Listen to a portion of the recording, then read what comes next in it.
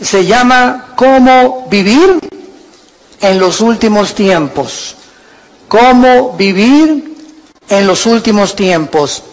Dice así el apóstol Pedro en su segunda carta, capítulo 3, amados, esta es la segunda carta que les escribo, y en ambas despierto con exhortación vuestro limpio entendimiento, para que tengan memoria de las palabras que antes han sido dichas por los santos profetas, y del mandamiento del Señor y Salvador dado por vuestros apóstoles, sabiendo primero esto, que en los últimos días vendrán burladores, andando según sus propias concupiscencias, y diciendo, ¿dónde está la promesa de su venida o de su advenimiento? Porque desde el día en que los padres durmieron, todas las cosas permanecen así como desde el principio de la creación. Estos ignoran voluntariamente que en el tiempo antiguo fueron hechos por la palabra de Dios los cielos y también la tierra que proviene del agua y por el agua subsiste, por lo cual el mundo de entonces pereció anegado en agua. Pero los cielos y la tierra que existen ahora están reservados por la misma palabra, guardados para el fuego en el día del juicio y de la perdición de los hombres impíos. Mas, oh amados, no ignoréis estos, que para el Señor un día es como 1000 años y 1000 años como un día. Vamos a detener nuestra lectura hasta este momento y vamos a analizar estos versículos uno por uno para, en primer lugar, darnos cuenta que si tú supieras que Cristo viene mañana, ¿cambiarías tus planes, tus prioridades, tus expectaciones? ¿Cuántas personas el otro día oí, por ejemplo, que un camión ahora en la nueva ruta, la nueva autopista que acaban de hacer de la Marquesa hacia Toluca, que son como 42 kilómetros, que te ahorran como 15, 18 minutos para no irte por la anterior? Se fue un camión, ya están prohibiendo la entrada de los camiones de redilas y los camiones grandes. Es una bajada impresionante. Bueno, no se calculó mucho, ¿verdad? Y el camión se fue contra la caseta y mató a la persona de la caseta, murió quemado junto con el chofer. Después vino otro accidente también y gracias a Dios que pues ya hicieron otro desviamiento, una desviación para los camiones y se le está prohibiendo a los que entren que ya no circulen por esa autopista. Lo que más me impactó fue que oí en el periódico que uno de los testimonios es que unos familiares de estas personas que murieron dijeron lo siguiente: mi tío, una de las personas que murieron, estaba cuando salió de la casa y voy a hacer esto, construir esto, etcétera, etcétera, y nos damos cuenta, uno de los familiares es cristiano, nos damos cuenta que así es la vida. Hoy vivimos, hoy en la tarde, hoy en la noche o mañana, ninguno sabe si vamos a amanecer. Nadie sabe. Todas las personas salimos al mundo y con proyectos y visiones y trabajo, etcétera, etcétera, cuando lo más importante es que todos estamos condenados, somos como una lista de reos condenados a muerte, porque algún día tenemos que entregarle cuentas a Dios. Entonces, si tenemos esta conciencia de que hoy puede ser el último día en que Dios tal vez te esté hablando, y tal vez Dios te está dando la oportunidad de comenzar a cambiar ya tu trayecto y el camino que tú llevas, estoy seguro que cambiarías el rumbo de tu vida. Si respondes que sí, entonces eso quiere decir que necesitas hacer algunos ajustes ya en tu vida, no creyendo que tienes todavía un mes de vida, ni una semana, ni todavía, no me faltan todavía 10, 15 años, no me importa que tengas 20, 25 años de edad, 30, 35 años, la muerte toca las puertas a los niños recién nacidos, como al que llega a los 113 años del último señor judío que acaba de morir de 113 años. Así que la muerte es para todos los seres humanos, para todas las edades, en el momento en el que menos lo pensamos. Si tú respondes que sí, ¿verdad? Entonces, la Biblia tiene muchas exhortaciones para que nosotros vivamos a la luz de la eternidad, a la luz de cada día levantarme, Señor. Yo no sé si es mi último día, encomiendo mi familia a ti, Señor. Te encomiendo mi vida, guíame, Espíritu Santo. Muéstrame las decisiones que tengo que tomar. Que las decisiones que no tengan consecuencias para el mal, sino para el bien. Que cada decisión que yo tome este día sea para tu gloria, Señor. Cuando comenzamos a vivir con esta expectación de la eternidad, es cuando podemos comprender al rey David en uno de los salmos que oró a Dios y le dijo: oh Dios, enséñame a contar los días de tal manera que traiga sabiduría al corazón. Vean por ejemplo en Romanos capítulo 13, versículos del 11 al 14, la exhortación que nos hace el apóstol Pablo. Y esto conociendo el tiempo. ¿Cuál tiempo? El tiempo que es cortísimo en nuestra vida. Que ya es hora de levantarnos del sueño, porque ahora está más cerca de nosotros nuestra salvación que cuando creímos. La noche está avanzada y se acerca el día. Desechemos pues las obras de las tinieblas y vistámonos las armas de la luz. Andemos como de día, honestamente, no en glotonerías y borracheras, no en lujurias y lascivias, no en contiendas y envidia, sino vestidos del Señor Jesucristo y no proveáis para los deseos de la carne. Noten ustedes en el versículo 12 que la vida espiritual la compara el apóstol Pablo, guiado por el Espíritu Santo, con el día y la noche. Cuando llegan las 9, 10 de la noche, en el caso particular mío, yo a las 10:30 ya estoy roncando, ¿verdad? Tal vez 10:15, 10:30. Ya sé que es mi hora. Tengo esa disciplina de siempre tratar de dormirme a esa hora. Y ya llegan las 5, 5:30, levantarme, porque ya salió el sol y tu cuerpo se acostumbra, ¿verdad? El metabolismo a los horarios donde tú estás viviendo. Bueno, de la misma manera, ¿saben ustedes a qué hora de la noche nos encontramos ahorita? Nos encontramos en el punto más oscuro de la humanidad, donde un loco que se llama Kim Jong en Corea del Norte está amenazando bombardear la isla de Guam, donde hay 163,000 personas, más de 12,000 soldados norteamericanos estacionados. Está amenazando bombardear Alaska y Los Ángeles. Está amenazando lanzar bombas contra Japón. Ya ahorita comenzó la evacuación de Corea del Sur, porque Corea está dividida en el norte y en el sur. En el sur están completamente, no son comunistas. En el norte, este hombre, Kim Jong, de 33 años, ¿verdad? Un jovencísimo, el gordito que tienes ahí arriba de tu cama.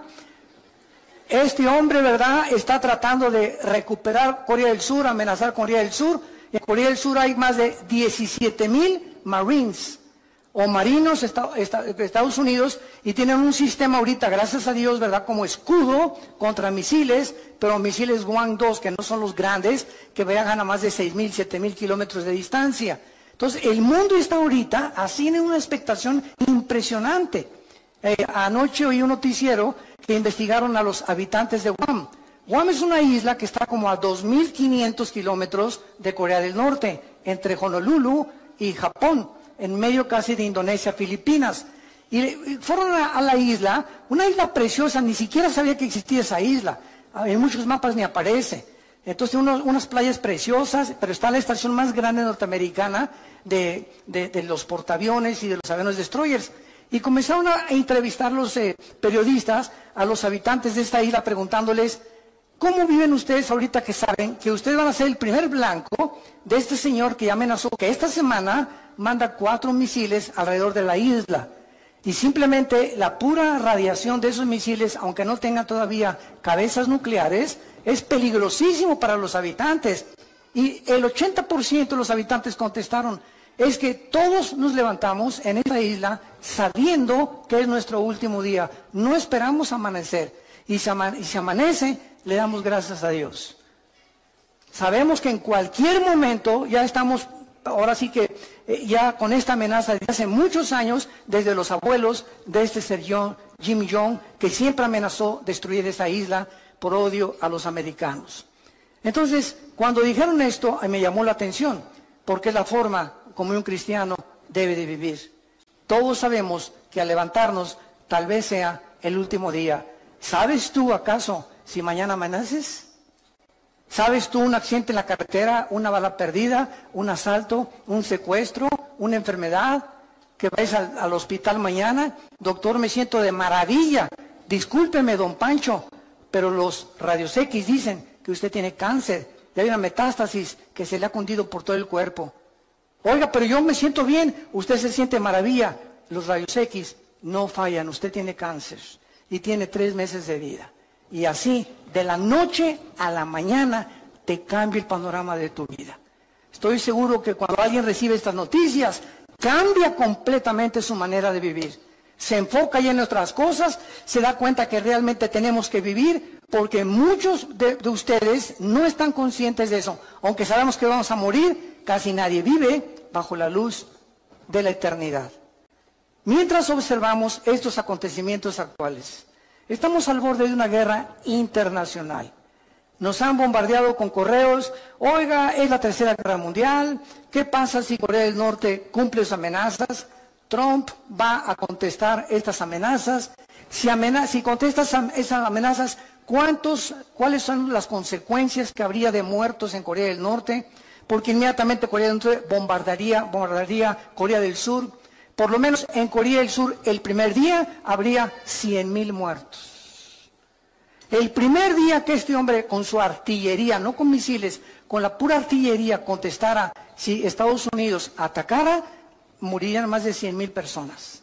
Ahora, hace 3 días, el presidente de China, Xi, le mandó un recado a Trump y le dijo lo siguiente: nosotros no te apoyamos si tú inicias el ataque a Corea del Norte.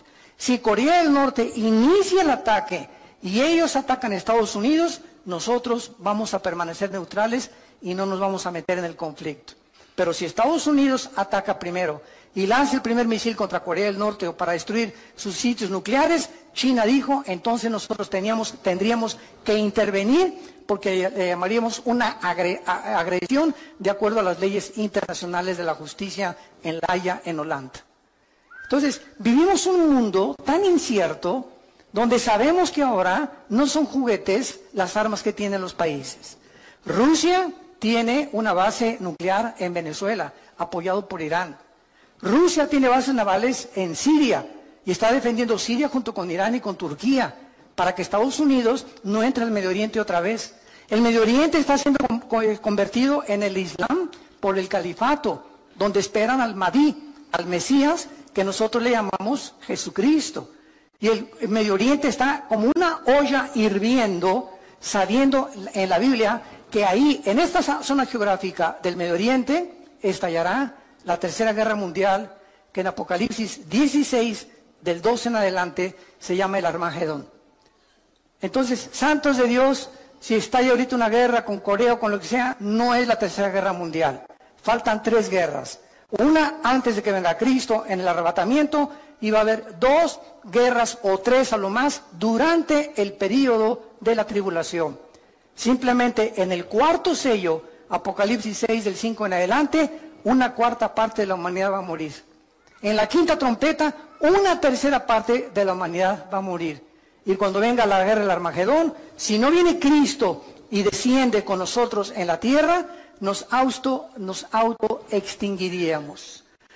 La raza humana se autodestruiría del odio tan grande que existe en el mundo. Ahorita, en los últimos, escuchen esto, 100 años, en una ciudad llamada Charlottesville, en Nueva Jersey, antier, se levantaron después de 100 años un grupo de nacionalistas blancos, que son los que forman el famoso Ku Klux Klan, con los neonazis y con símbolos de la suástica nazi. En esta ciudad se levantaron para levantarse en armas y clamar que se necesita una reforma de los blancos, que los blancos deben de volver a gobernar Estados Unidos. Es el racismo en su último grado. En los últimos 100 años, esto no se había visto en Estados Unidos. Había habido pequeños brotes, ¿verdad? Siempre blancos contra negros, contra mexicanos, pero ya este movimiento que se levantó ahí en Nueva Jersey, en Charlottesville, hace 3 o 4 días, es algo, ¿verdad?, terrible, que nos habla la condición y la temperatura en que se encuentra el mundo donde tú y yo estamos viviendo. No cabe duda, vivimos en los últimos tiempos. Iglesia, despiértate, porque los cascos del Apocalipsis ya se oyen en el cielo. El tiempo se nos acabó. Muy bien, vamos pues a ver de qué manera nuestra esperanza en el regreso de Cristo debe afectar nuestra manera de vivir. Regresemos a nuestro pasaje de 2 de Pedro, capítulo 3, y vayamos estudiando cada versículo. En primer lugar, aquí encontramos 3 líneas de pensamiento en el pasaje que acabamos de leer, 3 líneas de pensamiento a la luz de la realidad. Número 1, se nos exhorta en primer lugar cómo vivir en los últimos tiempos, vivir a la luz de las promesas de Dios. Esta es la primera cosa que se nos aconseja, particularmente relacionadas las promesas con el futuro. Veamos lo que dice el versículo 1. Amados, esta es la segunda carta que les escribo, y en ambas despierto con exhortación, despierto vuestro limpio entendimiento, para que recuerden, para que tengan memoria de las palabras que antes han sido hechas por los santos profetas. O sea, tenemos que recordar, en primer lugar, viviendo en esta última generación, recordar las promesas que en el Antiguo Testamento se hicieron respecto al futuro que tú y yo actualmente estamos viviendo. Esto se refiere a todos los eventos futuros que se profetizaron en el Antiguo Testamento, como viene la gran tribulación, la segunda venida, la apostasía de la iglesia que ya estamos viviendo. Nunca la iglesia cristiana había sido bombardeada con tantas herejías, con tantas barbaridades que se están predicando y que se están enseñando en los últimos 30, 40 años. Es impresionante la cantidad de miles, ustedes no lo saben, miles de cristianos en Sudamérica y en Europa que dicen no encontramos una iglesia con sana doctrina.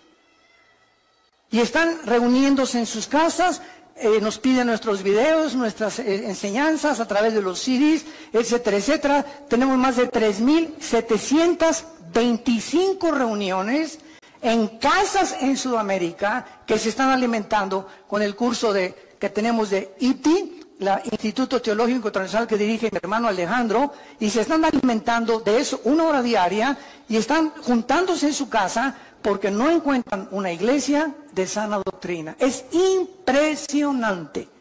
En una que les piden bolsas para vomitar, en otras que la cachetada del Espíritu Santo, el chicle del Espíritu Santo, la caída del Espíritu Santo, etcétera, etcétera, que si no hablas en lengua no tienes al Espíritu Santo. Bueno, es increíble a lo que la iglesia ha llegado. Y millones de cristianos, por no tener una vocación para estudiar la Biblia sistemáticamente por libros, etcétera, etcétera, caen en la trampa y se comen y son engañados con todo lo que oyen. Nunca corroboran si lo que les enseñan es lo que enseña la palabra de Dios. Tengan memoria que esto va a venir, no nos asustemos, como me dicen muchos pastores. Acabo de estar en Guatemala el último fin de semana, se celebró el 67 aniversario de Radio Cultural en Guatemala, en la ciudad, que es la estación de radio más prestigiosa en los últimos 100 años. Y esta radiodifusora celebró el 67 aniversario, me invitaron a compartir la palabra, y el sábado se unieron casi más de 1,700 pastores de diferentes naciones de la ciudad de Guatemala, etcétera, etcétera. Y el domingo nos reunimos en el Parque Industrial y asistieron 18,000 personas. Entonces vemos nosotros que es una efervescencia de hambre de la palabra de Dios, Y cantidad de pastores me decían en Guatemala, hermano, es que necesitamos la sana doctrina, necesitamos regresar a las enseñanzas de la Biblia, a las enseñanzas que Cristo nos enseñó. Y yo el consejo que les daba es el siguiente: no se desilusionen, no se asusten. ¿Saben por qué? Porque Cristo nos los dijo. Cuando estas cosas sucedan, recuerden que yo se las dije antes. Entonces, esto tiene que suceder. No nos desilusionemos, al contrario, tiene que suceder, y si sucede es porque la Biblia es la palabra de Dios. Al contrario, esforcémonos, seamos valientes, echemos mano de la vida eterna, no perdamos la esperanza a la cual todos hemos sido llamados. Estemos firmes y constantes en la fe, sabiendo que nuestro trabajo no es en vano. Entonces, no es tiempo de ser cobardes, no es tiempo de, ya me voy, tú una bola de hipócritas, esto no es cierto. Estos son los perdedores, los que quieren ponerse hasta atrás del ejército y no quieren ocupar las primeras líneas de comandantes y generales del ejército de Dios. Es muy fácil irte hasta atrás y decir, ya no peleo, ya me quedo en la casa, esto no es cierto, qué fácil es eso. Y dicen Apocalipsis 21:8, los cobardes encabezan la lista de los que van al lago de fuego. Los cobardes, no los adúlteros, no los homosexuales, no las lesbianas, no los secuestradores. Los cobardes son los primeros que dice Cristo que va a juzgar. Muy bien, entonces todas estas profecías ya se han cumplido, y la exhortación es que mantengamos estas promesas en nuestra mente, porque las vamos a necesitar. Dice el versículo 3, sabiendo primero esto. O sea, ¿por qué necesitamos recordar tres promesas? Porque en los postreros días, que es la época que estamos viviendo, que actual es la Biblia, vendrán burladores, andando en sus propias concupiscencias y diciendo, ¿dónde está la promesa del Hijo de Dios? Siempre ha habido guerras, siempre ha habido terremotos, siempre ha habido maldad, siempre ha habido pecado, bla, bla, bla, bla, bla, bla, bla, bla. Y así tenemos ahorita un mundo impresionante. Tú te metes, por ejemplo, a una conferencia bíblica, profética, y ves los comentarios. Hay buenos y hay negativos. Son puras mentiras. Esto es pura hipocresía. Y siempre hay estas cosas. Todas estas personas que mandan estos comentarios se les llama burladores. Y ahora es muy importante esto, porque eso nos explica por qué necesitamos aferrarnos a estas promesas. Un burlador, escuchen esto, no es lo mismo de una persona que tiene dudas, porque los que dudan honestamente están abiertos a las evidencias, pero el burlador es la persona que ni siquiera quiere oír las evidencias ni hacer caso de las evidencias o las pruebas que la Biblia ofrece para demostrarte que estás equivocado. El burlador se dedica a burlarse, a criticar, a despreciar y a atacar las cosas de Dios. En el Salmo 10, en el Antiguo Testamento, David escribió lo siguiente, versículos del 3 al 5. Salmo 10, del 3 al 5. Porque el malo se jacta del deseo de su alma, bendice al codicioso y desprecia a Jehová. El malo, por la altivez de su rostro, no busca a Dios. No hay Dios en ninguno de sus pensamientos. Sus caminos son torcidos en todo tiempo. Tus juicios los tiene muy lejos de vista. A todos sus adversarios desprecia. Y en el capítulo 14, versículo 1, dice David, dice el necio en su corazón, no hay Dios. Lo más lejos que el hombre pueda llegar es reconocer que Dios tenía razón. Y a partir de ese punto ya no llegas más lejos sin Jesús en tu vida. Entonces es importante, ¿verdad?, darnos cuenta que por qué actúan estos burladores de esta manera. Regresamos a nuestro pasaje 2 de Pedro. Y dice el versículo 3, ¿por qué estos burladores que abundan en la televisión, en las telenovelas, en los programas y en las entrevistas del radio, en el cine, en las películas? ¿Saben ustedes, santos de Dios, por qué esta gente actúa de esa manera? Burlándose, despreciándose, riéndose, haciendo mofa de las cosas espirituales. Nos lo dicen el versículo 3. porque andan según sus propias concupiscencias. En otras palabras, son personas que no quieren que Dios se meta a sus vidas. Son personas que no quieren que haya nadie del universo que les ponga 10 mandamientos para vivir. Son personas que no les importa ni tampoco les conviene tener un Dios a quien someterse. Ellos quieren andar. La palabra concupiscencia, apúntalo, significa pasiones sin control o deseos desordenados. No tengo ningún freno moral, me acuesto con el que sea, puede ser hombre, puede ser mujer, mujer con mujer, hombre con hombre, o puedo tener amante, puedo tener esposa, o me puedo acostar con mi novio o con mi novia. Son personas que no tienen frenos, están como caballos desbocados en la vida, hacen lo que, como caballos bien alimentados, relinchan tras las mujeres que no son su esposa. ¿Y saben ustedes por qué? Lo dice aquí en 2 de Pedro, capítulo 2, versículos del 10, que describe este tipo de personas. Y mayormente aquellos que, siguiendo la carne, andan en concupiscencia, o sea, en pasiones sin control e inmundicia, y desprecian el señorío, atrevidos y contumaces, no temen decir mal de las potestades superiores.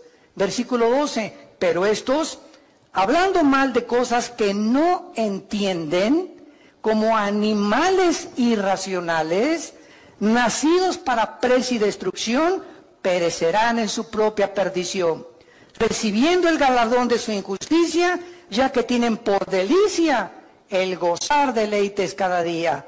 Estos son inmundicias y manchas, quienes aún mientras comen con ustedes, se recrean en sus errores.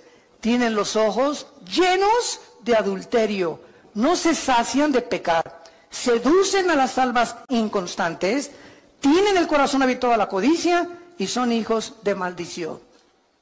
Por eso se burlan de ti. Por eso te critican que eres cristiano. Por eso se mofan de la Biblia en los periódicos, en los libros, en las películas, en las telenovelas, etcétera, etcétera, etcétera. Porque detrás de estas personas se encuentra el 99% de las veces una vida de inmoralidad. Odian la luz, odian la santidad, odian a Jesús, aman las tinieblas. En el Evangelio de Juan capítulo 3 dice, y esta es la condenación, que la luz vino al mundo y los hombres amaron más las tinieblas que la luz. ¿Por qué? Porque sus obras eran malas. Porque todo aquel que aborrece la luz no viene a la luz. ¿Por qué? Porque la luz te muestra cómo eres. Y cuando nos ilumina el Espíritu Santo, nos damos cuenta que bárbaro, soy un basurero. Estamos podridos en maldad. Y cuando reconocemos esa maldad y esa podredumbre con la cual nacimos, el pecado original, es cuando, Dios mío, ten misericordia de mí. Y hay una cruz en la gracia de Dios, a la cual nos podemos acercar y ser lavados con la sangre del Hijo de Dios. Muy bien. Estos burladores también toman posiciones pseudocientíficas. Miren lo que dice el versículo 4. Y dicen, ¿dónde está la promesa de su avenimiento? O sea, de que va a venir. Porque desde el día que los padres durmieron, todo permanece igual. Esta explicación, ¿verdad?, no cuadra con lo que la Biblia dice. Si estas personas realmente necesitan evidencias de la actividad de Dios en la historia, es bien fácil. La misma historia, señores historiadores que nos visitan, sociólogos que nos visitan, científicos y catedráticos y doctorados y licenciados que nos escuchan, la Biblia nos muestra que la historia misma demuestra la existencia de Dios. ¿De qué forma? Ven a la Biblia y encontrarás que Dios puso simplemente un botón de muestra, el libro de Daniel. En el libro de Daniel, Dios le recuerda hace 2600 años al profeta Daniel el orden exacto en el que iban a transcurrir todos los imperios gentiles hasta la segunda venida de Cristo. en la famosa estatua del sueño que tuvo el rey Nabucodonosor. Y Dios le dice a Daniel, la cabeza de oro es Babilonia, tal como Daniel lo comprobó porque él vivió bajo el imperio del rey Nabucodonosor. Y le dice Dios, después de Babilonia vendrá otro imperio que, de acuerdo a la historia, ¿quién fue? Los medos y los persas, que hicieron una alianza. Y le dice Dios, y el pecho, el vientre de bronce, vendrá otro imperio. De acuerdo a la historia, ¿quién fue? Grecia, con Alejandro el Magno, con sus conquistas relámpago, que a los 33 años se murió en lo que es ahorita Irak, que en la Biblia se le llama Babilonia. Y después le dice Dios, vendrá otro imperio, que fue el imperio romano. Y qué interesante. Ahí se detiene la profecía y dice la Biblia que del imperio romano hasta la segunda venida de Cristo no habría otro imperio hasta que el anticristo unificara 5 naciones del Oriente y 5 de Europa para formar la confederación política de los últimos tiempos. ¡Qué increíble! ¿Quieres más evidencias de veras? La misma historia nos muestra que solo Dios pudo poner en orden la cronología de los imperios y los gobiernos de toda la historia. Solo Dios lo pudo hacer.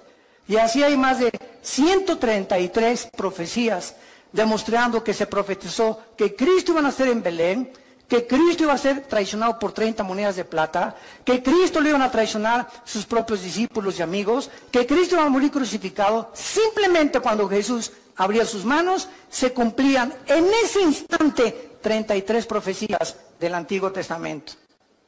Amados, tengan memoria de las promesas del Antiguo Testamento, porque van a enfrentar en los últimos días muchos burladores. Mucha gente ignorante, hablan lo que no conocen.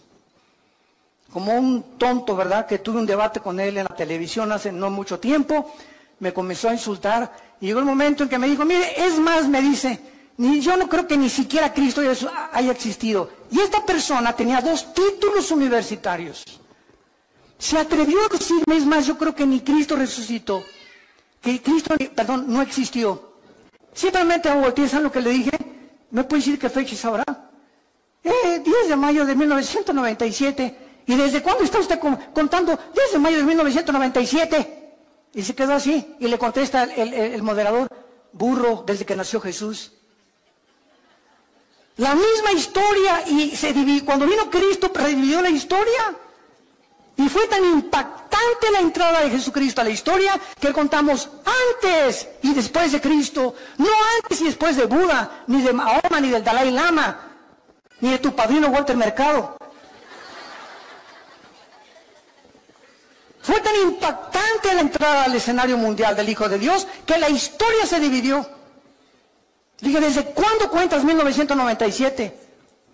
Cabeza de ostión. Impresionante, hablan tantas barbaridades, tantas tonterías. Bueno, así es como está el mundo. Tengamos memoria de esto porque se viene más y más y más la crítica y la oposición. Entonces, como decíamos, también toman posiciones pseudocientíficas. O sea, hasta toman pasajes bíblicos para apoyar sus ataques y hacer sus argumentos disque más válidos. Simplemente estas personas les recordamos la historia y te contestan, ay, pues yo no había leído el libro de Daniel. Entonces no hables si no conoces lo que estás diciendo. Yo no puedo tener un debate con un filósofo, por ejemplo, del tipo de Rousseau, o los que siguieron la filosofía de Rousseau, que el hombre es básicamente bueno.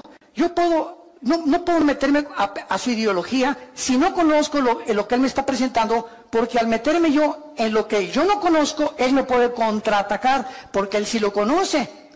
Entonces, si yo tengo un debate con una persona, tengo que conocer sus debilidades de la ideología que me está presentando, combatirla y presentarle las mías. Y escuchen esto, el 90% de las veces que tú alegas con tu maestro de escuela, con un científico o con cualquier persona atea o agnóstica, no conocen la Biblia. No conocen más que son leyendas, este y el otro, puras tonterías, pero nunca, jamás han checado ni estudiado de una forma sistemática las evidencias y sobre todo las profecías. Entonces, te hablan lo que nunca han oído. ¿Quién te lo dijo? Mi maestro en la preparatoria. ¿Quién te lo dijo? Mi maestro en la universidad. ¿Quién te lo dijo? Lo leí en la revista Duda. Con razón tienes las dudas que tienes, compadre. Vemos nosotros, ¿verdad? Claramente, que cuando leemos, por ejemplo, el libro del Génesis, miren, ya sin ir tan lejos, por el amor de Dios, Virgen del Socorro. Hasta 1860 se descubren las leyes de la herencia por Gregorio Mendel. Hasta 1860 se descubren las leyes de la herencia por Gregorio Mendel. Cuando comienza a hacer experimentos con chicharitos y se da cuenta que hay algo que se transmite y que se hereda. Y ahí se paró la investigación y tuvieron que pasar casi 100 años hasta 1954, el siglo pasado. En 1954 le dan el premio Nobel de Medicina a Dr. Watson y al Dr. Samuel Crick, porque descubren la hélice del ADN, del ácido desoxirribonucleico. Hasta 1954, los investigadores comienzan a penetrar en el ADN y a descubrir que en cada una de las células que tiene el cuerpo humano y todas las cosas vivientes que existen, el cuerpo humano tiene trillones de células. Y en cada célula que tenemos, escuchen esto, en cada célula hay 500 enciclopedias británicas escritas. ¿Me escuchaste? La información que tiene el ADN en cada célula equivale a 500 enciclopedias británicas. Con 4 letras nada más.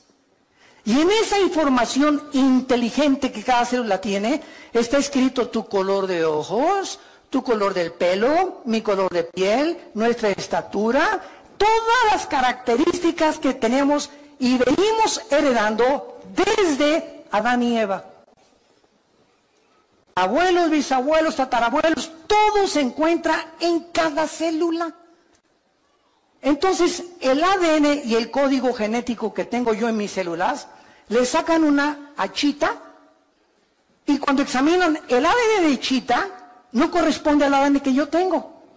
¿Qué significa esto? Que cuando se mezcla un perro con un gato, un burro con un caballo, un león con una cebra, el ADN impide a través de los aminoácidos de la biología que haya una mezcla de especie contra especie, porque entonces se rompe el patrón que Dios estableció desde el Génesis, como lo vamos a ver, capítulo 1, versículos 12 y 13, que todo tiene que ser de acuerdo a su género y a la forma en la que tienen ellos su desarrollo, como las frutas, los animales y nosotros los seres humanos.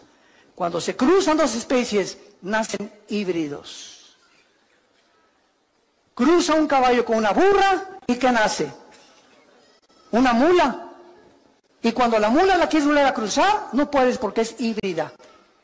Se rompió las leyes escritas casi 4000 años antes que Gregorio Mendel, papá. Miles de años antes que los científicos descubrieran que la sangre es la que produce el cuerpo humano y que la vida está en la sangre, y cuando se descubre la circulación de la sangre, la Biblia lo decía 3000 años antes.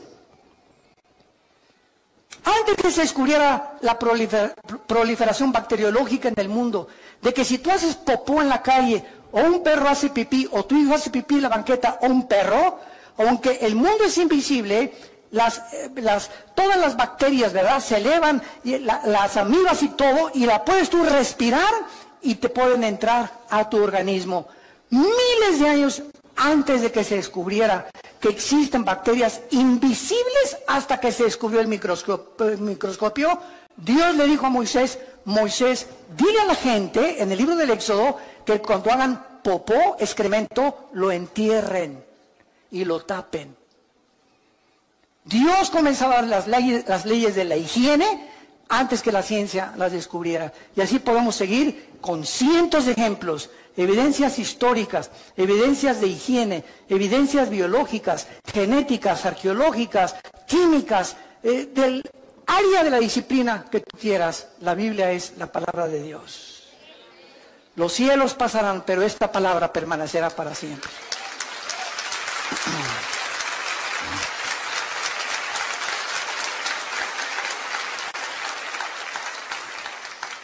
Ahora, vemos también, ¿verdad?, que es importante el tiempo de Dios. Porque esta es la pregunta que también dicen, no todas las cosas han sido igual, siempre ha habido guerras, etcétera, etcétera. Es verdad, siempre ha habido guerras. Es más, el Instituto para la Investigación de la Paz en Suecia y Estocolmo, ¿sabes lo que dictaminó hace algunos años? El Instituto para la Investigación de la Paz en Suecia y Estocolmo, que de los aproximadamente 6.000 años de historia que el ser humano tiene, solamente han habido 25 años de paz. En 6.000 años, el ser humano solo ha tenido 25 años sin guerras. ¿Qué significa esto? Que la historia del ser humano es guerra tras guerra, generación tras generación, por nuestras pasiones, la codicia, quiero tu terreno, quiero conquistar esa área geográfica, quiero tener esta colonia aquí, los franceses, los ingleses, los austriacos, los judíos, los árabes, etcétera, etcétera. Todo el mundo siempre ha estado en continua guerra. Hace algún tiempo, tengo aquí las palabras de uno de mis autores favoritos, C.S. Lewis. Fue profesor de la Universidad de Oxford. Y en 1939, C.S. Lewis consigue sus libros, La grandeza del cristianismo, El problema del dolor. Bueno, es increíblemente científica y fue el más grande ateo de Inglaterra. Y siendo el más grande ateo de Inglaterra, se convierte así ese Lewis y comienza a escribir, no sabes, la literatura más profunda que existe científica cristiana. Y en 1939, C.S. Lewis, cuando la Segunda Guerra iba a comenzar, escribió esto. Y dijo así, la guerra no crea ninguna situación absolutamente nueva. Simplemente agrava la situación permanente humana para que no la ignoramos. La vida humana siempre ha sido vivida en la orilla de un precipicio. Estamos equivocados cuando comparamos la guerra con la vida normal. La vida nunca ha sido normal. Cuando explotó la Segunda Guerra, ¿de qué nos extrañamos? En otras palabras, siempre ha habido guerras. Es la condición permanente del ser humano. Si no hay guerras, buscamos la manera de pelearnos. Y llegamos al precioso siglo XXI. Y la luna, y los descubrimientos tecnológicos, Internet desde los 90s, y los satélites de comunicación, iPad, IQ, chips, bla, bla, bla, bla, bla. Aladín de la lámpara maravillosa. El ser humano ha llegado con la tecnología, etcétera, etcétera. Y ayer acabo de leer las últimas palabras del fundador de Apple, Steve Jobs, que muere de cáncer antes de los 50 años. A los 40 años llegaron con Steve Jobs y le dijeron, el fundador de Apple, de las compañías más prestigiosas que cualquiera pudiera decir, yo quisiera poder llegar a los descubrimientos de una multimillonaria fábrica y productora de los artículos que conocemos actualmente en el mercado. Y cuando tenía 40 años Steve Jobs, le pronosticaron cáncer y le dijeron, cúrate por medios científicos, y dijo que no. Él quería que lo curaran los hindúes con magia. Y entró en el área del ocultismo. Y antes de morir, él dijo, ¿verdad? Lo que he descubierto antes de morir es que no he disfrutado nada. Lo más precioso de la vida es tu familia. Disfruta tu familia. Es el tesoro más grande que podamos nosotros tener. Nunca mencionó a Dios. Murió como un palillo el pobre hombre en un hospital sin haber jamás podido disfrutar su dinero, y los últimos 7 años murió con una neurosis excesiva, donde explotaba y se enojaba y corría a todos los empleados porque la mosca voló. ¡Qué vidas tan trágicas! De personas que alcanzaron el éxito, pero se dieron cuenta que sin Dios nos echa a perder la vida. Por la maldad con la cual nacimos y porque enfocamos nuestros talentos y nuestros dones en cosas que no tienen permanencia eterna. Entonces, el tiempo es importante, como cuando comenzamos esta conferencia. Tú no sabes si mañana vas a morir. Tú no sabes si esta tarde te ha hablado Dios por última vez en tu vida. No lo sabes ni lo sé yo. Y ante la luz y la expectación de estas cosas, analicemos nuestra vida si estamos en la fe. examinémonos realmente si realmente tenemos a Cristo como nuestro Salvador, si estamos caminando con Él. Hace algún tiempo, les conté una vez, estaba ya a la salida de un desayuno en México, y me alcanza en el elevador un señor y me dice, bueno, usted es el que acaba de exponer la conferencia, a sus órdenes, le dije. Me dice, usted debe saber muchas cosas, ¿verdad? Usted es teólogo. Le dije, sí, efectivamente. Tengo 2 doctorados y una licenciatura en teología. Me dice, bueno, pues con esos títulos que usted tiene, me puede responder esta pregunta. Le dije, dígame usted, ¿por qué Dios no mata al diablo? Y me dice, no se quedó ahí, y me dice, porque Dios es todopoderoso, ¿verdad? ¿Qué dice usted? Amén, amén, Dios es todopoderoso. Entonces, si Dios es todopoderoso, ¿por qué no mata al diablo? Y déjame decirle antes que me conteste. Y si no lo mata es porque no es misericordioso ni es amor. Fíjense usted la pregunta que me hizo, ¿no? Entonces yo le contesté, le dije, dele gracias a Dios, porque si Dios acabara con el mal ahorita, comenzaría con usted.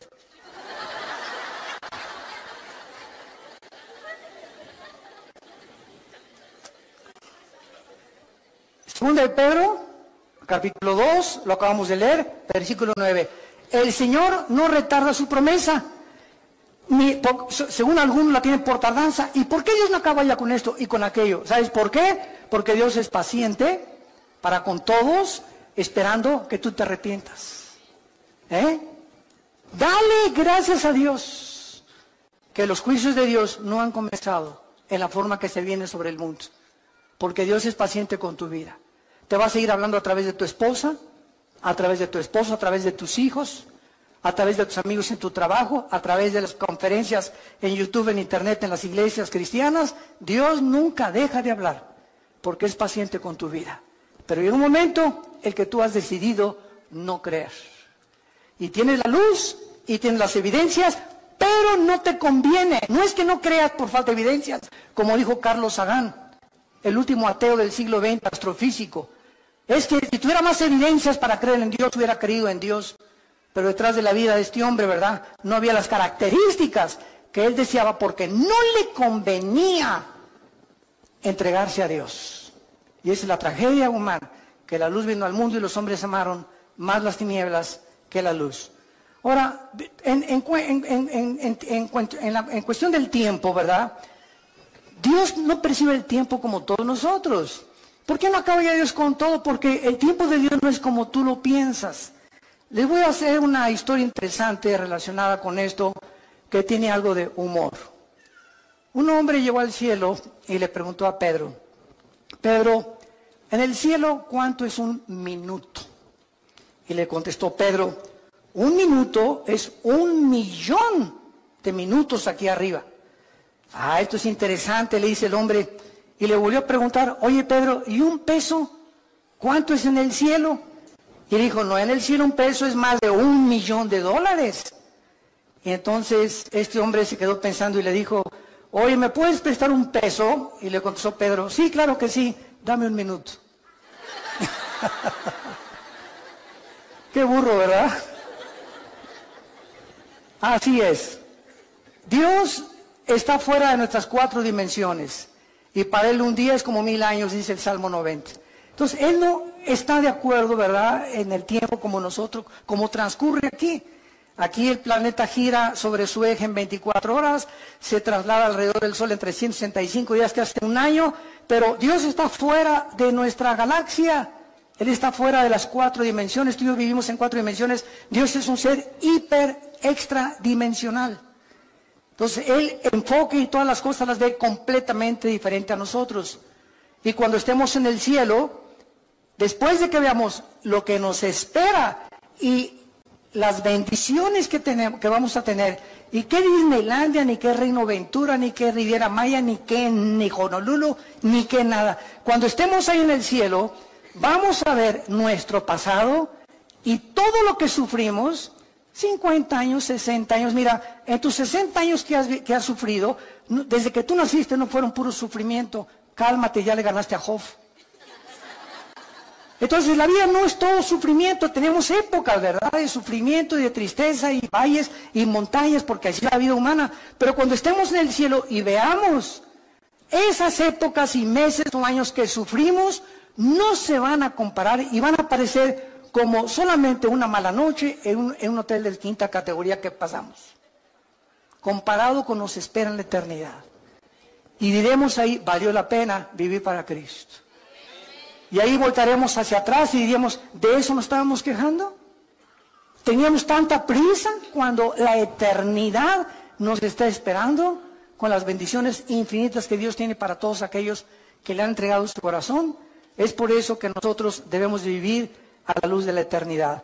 Dice el versículo 9, el Señor no retarda su promesa, sino que es paciente.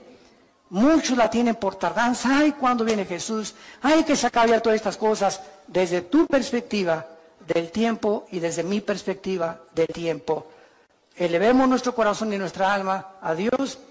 Pidámosle que nos dé sabiduría para vivir la corta vida que tenemos y empleemos todo lo que nos falta por vivir para la gloria de su Hijo Jesucristo. Señor, te damos gracias, porque desde el principio nos llamaste y nos escogiste para la salvación, mediante la santificación en el Espíritu Santo, por la fe en la verdad. Y nos llamaste por medio de tu Evangelio para alcanzar la gloria de Jesucristo. Bendito sea el Hijo de Dios, que lo resucitó a los 3 días de los muertos y nos hizo renacer a nosotros para una esperanza viva por medio de Él, para una herencia incorruptible, inaccesible en los cielos, que somos guardados por el poder de Dios mediante la fe, esperando la bienaventurada esperanza y la gloriosa venida de nuestro Señor en las nubes, que nos arrebatará y nos sacará de este mundo en cualquier momento para estar siempre con Él. Oh Dios, una vida muy corta, tal vez demasiado corta, nos has dado. Vivámosla pues a la luz de la eternidad, echando mano de la vida eterna, peleando la buena batalla de la fe, exhortándonos a ser valientes y vivir para Jesús. Corramos la carrera, despojándonos de todo peso y de pecado que nos asedia, esperando la bienaventurada venida de Jesucristo, y corramos esta carrera con paciencia, sabiendo que es fiel el que nos llamó. Muchas personas en este momento no tienen a Cristo. Yo los invito a que vengan a la cruz. Tú no sabes si hoy es la última vez que Dios te ha hablado. Cuando oigas su voz, no te endurezcas. Ya no te sigas burlando ni despreciando este regalo. Es un regalo. A Él le costó la vida. A ti solamente es reconocer que necesitas a Jesús en tu corazón. Si tú quieres arrepentirte en este momento y venir a la cruz, dile a Dios. Ahí desde donde tú nos estás escuchando. Tal vez nos están escuchando de muchas cárceles, de muchas camas de hospitales, de muchas salas en sus casas. Donde te encuentres, dile: Señor, perdona mis pecados. Ya no quiero vivir en el camino que llevo. Te doy gracias porque en esa cruz pagaste con tu sangre por ellos. Entra a mi vida en este instante, Jesús, porque creo que a los 3 días volviste a vivir. Venciste la muerte, a Satanás y al pecado, para darme esta victoria a mí, que no la merezco, pero por tu gracia la recibo y tu misericordia. Dame el poder para vivir la corta vida que me queda y poder enseñarles a mucha gente este camino en el cual ahora me encuentro. En el nombre de Jesús. Amén.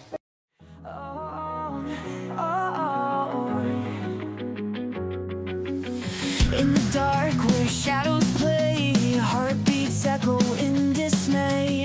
Lost the map to yesterday, words too sharp to ever say.